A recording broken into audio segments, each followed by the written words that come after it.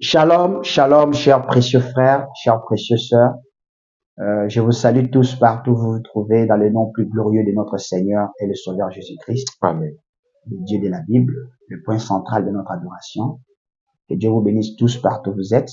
En particulier, je vais saluer tous les membres de Luke Life Tabernacle et pour cette série de questions et réponses qu'on a commencé au sein de notre Église, avant de pouvoir commencer l'année avec de nouveaux enseignements qui seront habilités à pouvoir nous apprêter davantage à être plus proche de la parole et évoluer davantage dans le Seigneur afin de pouvoir atteindre de grandes choses dans la parole du Seigneur Jésus-Christ. Que Dieu vous bénisse tous. Je voulais saluer également aussi tous les précieux frères, tous les précieuses sœurs qui nous suivent, qui nous apprécient, qui nous aiment partout où ils sont. Que Dieu vous bénisse richement et soyez vraiment bénis dans la paix du Seigneur.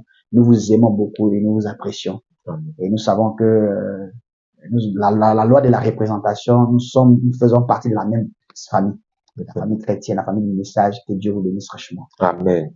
Et je voudrais, avant tout propos, prier avant de commencer à travers cette série de questions et de réponses, afin que cela soit une source de bénédiction. Afin que ce Dieu-là soit au centre de toutes choses avant de pouvoir commencer quoi que ce soit.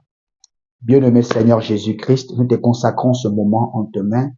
Nous allons commencer cette série de questions et réponses. Nous prions que toi, Dieu Tout-Puissant, tu nous assistes et que toi, tu fasses à ce que tes enfants entendent ces choses-là, Seigneur, afin que tout un chacun s'apprête davantage.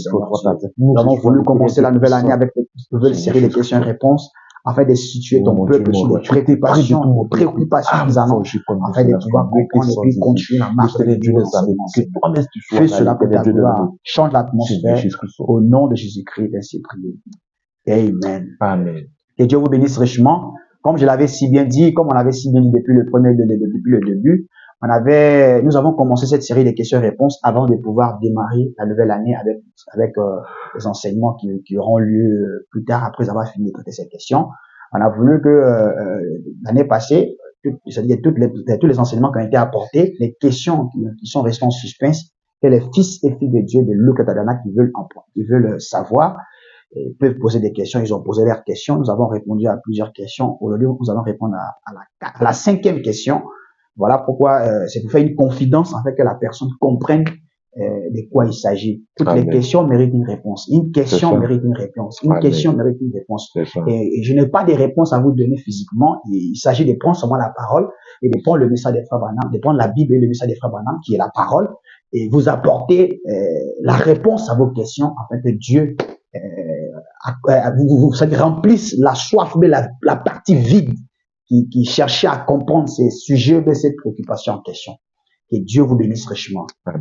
Donc, pour ce faire, nous allons prendre nos Bibles pour répondre à la cinquième question. La cinquième question, c'est la question d'une sœur.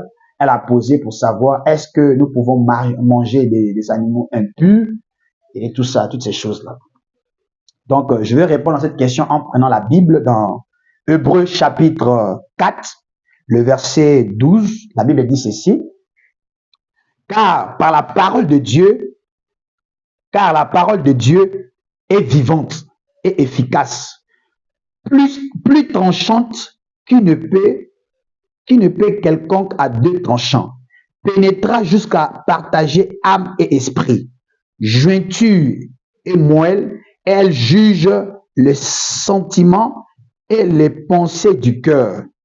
Amen. Amen. Donc la parole de Dieu est une épée à deux tranchants. Amen. Amen. La sœur en question, elle avait vu une écriture dans la Bible concernant quand on parle des animaux impurs, on fait allusion aux animaux impurs, on fait allusion à ceci, cela, tout ça là. Et elle m'a posé la question pour savoir est-ce qu'un chrétien peut manger ces animaux impurs. Et vous devez savoir que il y avait ce qu'on appelait l'Ancien Testament, qui avait pour habitude, il y avait des règles, des lois, des principes qui ont été donnés à l'Ancien Testament avec Moïse, que les enfants disaient qu'ils ne devaient pas toucher ceci, certaines choses qui ne devaient pas être touchées, qui étaient des choses impures. Voilà, qui ne devaient pas toucher parce que c'était des choses impures, ils ne devaient pas toucher ces choses, c'est-à-dire ces animaux en question.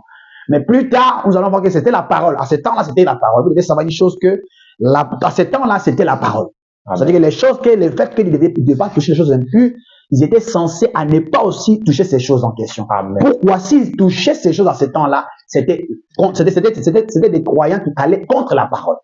Donc, ils étaient censés ne pas toucher ces animaux impurs pour pouvoir être dans la volonté parfaite du Seigneur. Amen. Amen. Amen. Maintenant, nous sommes rentrés à la Nouvelle Alliance. Ça c'est une partie de la parole dans l'Ancien Testament, parce que l'Ancien Testament est l'ombre de choses à venir. Donc, l'Ancien Testament avait énuméré ce qu'on appelle ces histoires, par exemple, les animaux impurs. Mais quand on arrive au Nouveau Testament, parce que dans l'Ancien Testament, d'abord, avant de pouvoir continuer, je vais lire une écriture de la Bible que la sœur en question m'avait posée. Parce que quand on parle de ne pas toucher les animaux impurs, on fait allusion à ça dans Genèse chapitre 7, verset 2. Tu prendras auprès de toi 7 couples de tous les animaux purs, le mâle et sa femelle, une paire des animaux qui ne sont pas purs, le mâle et sa femelle. C'est-à-dire qu'il y avait des animaux mâles qui étaient purs, des animaux femelles aussi qui étaient impurs. Je répète ça. Amen. Il entra dans l'arche auprès de Noé, deux, un mâle, une femelle, comme Dieu l'avait ordonné à Noé. S'il s'agit d'animaux impurs qui ne peuvent être offerts en sacrifice à l'Éternel, on présentera l'animal du sacrificateur qui en fera l'estimation selon ce qu'il sera bon ou mauvais. Et l'on s'en reportera à l'estimation du sacrificateur. Donc ici, on parle des animaux impurs et des animaux purs. Amen. Les animaux impurs, on parle des animaux purs, on fait allusion à ça dans Genèse chapitre 7, verset 2.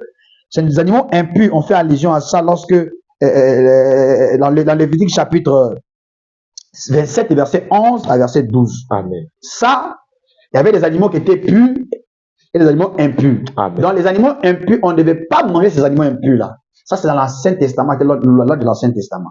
Maintenant, quand on arrive au Nouveau Testament, c'est-à-dire qu'il y a des lois dans l'Ancien Testament qui étaient faisables. Amen. Qui se faisaient dans l'Ancien Testament. Mais quand on arrive au Nouveau Testament, Jésus vient et dit que je ne suis pas venu pour abolir la loi, mais je suis venu rendre ça plus clair.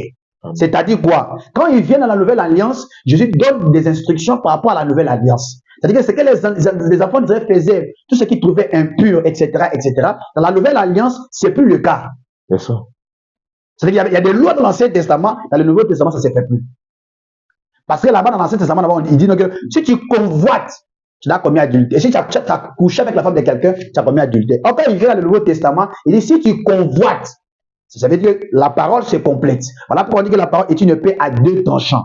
Là-bas, c'était pour aller avec la femme et puis commettre un acte. C'était ce qu'on appelait le péché, l'adultère. Mais ici, dans le Nouveau Testament, quand Jésus vient, il vient rendre cela plus clair en montrant quoi? En disant aux enfants d'Israël que quand tu vois, tu convoites seulement la personne, tu as déjà commis adultère. Donc la parole se complète. C'est vrai que l'Écriture parle des animaux impurs de l'Ancien Testament, certes, qui ne devaient pas être mangés. Mais quand on arrive au Nouveau Testament, l'apôtre Paul vient préciser les choses. L'apôtre Paul précise les choses. Suivez ça très bien. Il dit ceci, il dit que ce que Dieu a trouvé impur, voilà, il peut lire ça. Nous allons lire ça rapidement. L'apôtre Paul parle de ça.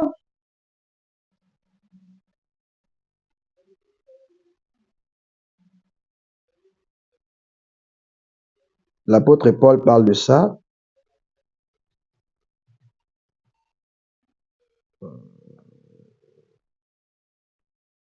J'ai oublié ce verset-là. Il parle de ça dans 1 Corinthiens, si je ne me trompe pas, où il parle de dire que tout ce que vous avez trouvé impur est pur. J'ai oublié de montrer le verset à côté ici. Tout ce que vous appelez impur est pur devant le Seigneur.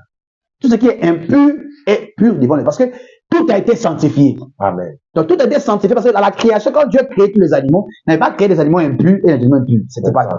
Il avait créé tous les animaux qui étaient toujours créés à l'image du Seigneur. Donc du coup, quand l'apôtre Paul vient dans les disciples, les Pierre, les Jacques, tout ce qui était impur devait manger. Voilà pourquoi même l'apôtre Pierre dit que tu peux ramasser une nourriture sacrifiée.